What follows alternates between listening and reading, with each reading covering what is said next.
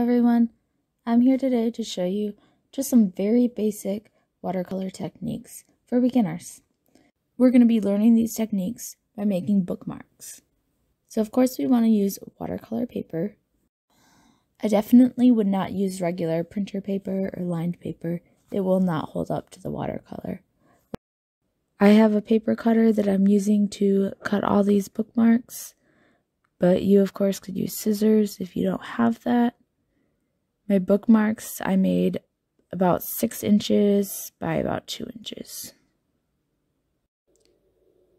So I have 2 containers here for water. One I'll keep clean, one can go for the used or gets a little colorful dirty. Here's my palette. Before I get started, I really just want to get all of these activated, get them a little bit wet, so that way they're kind of ready to go. If you have an eyedropper, that would be great. You don't really need one. You don't need to use your brush either. You can kind of just do droplets.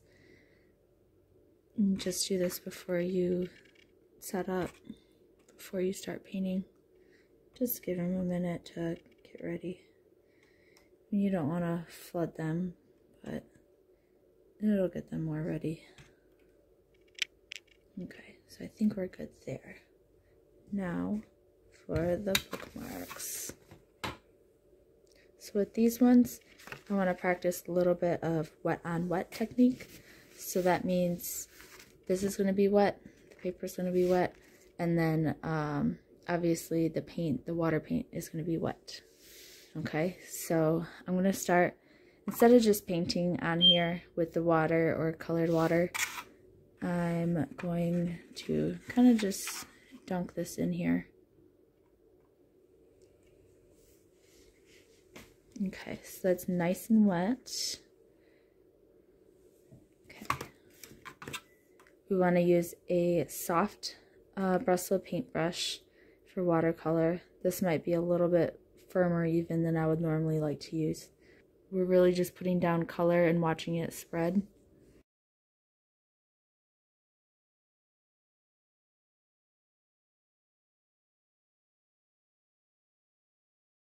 I think I might just make something kind of like clouds in the sky.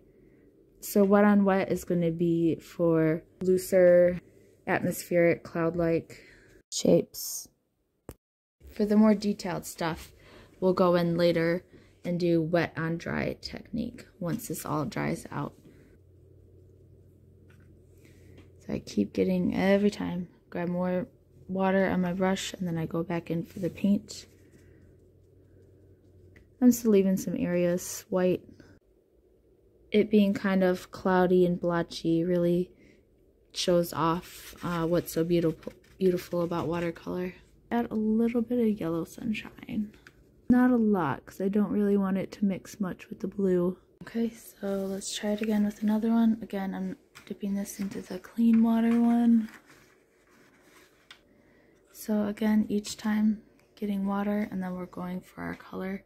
Again, you don't want to go from this color and mix with this color and this color. You do one color at a time. So an easy way to do that is actually, let's say I want to mix blue and yellow to make a green. I can add the blue.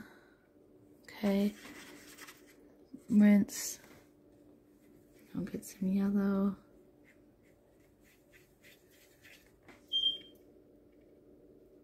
And you can mix it directly on the page. If I need to get more yellow, I'll just, again, every single time, just get more water.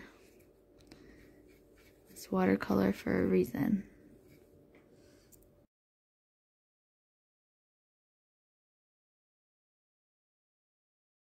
That's good for now, and I'm still waiting on this one to dry up.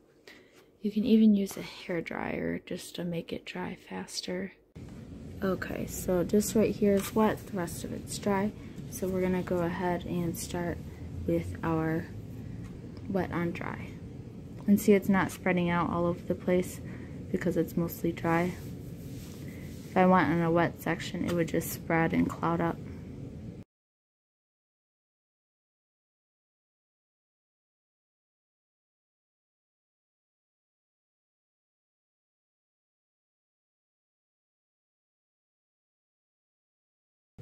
You can make this as detailed as you want or as simple as you want. Because really at this point we're just experimenting. Okay, so there's a lot more I can do with that. But for today's purposes, I'm just going to leave it at that. Once it is dry, you can definitely add like little sequins and glue them on there with glue. Or if you wanted to add the little ribbon, you could do that. If you add any like 3D like jewels or anything that lifts up off the paper, you would want to do that at the very top. Not in your book, because it'll kind of ruin your book by not letting it close properly. Happy painting!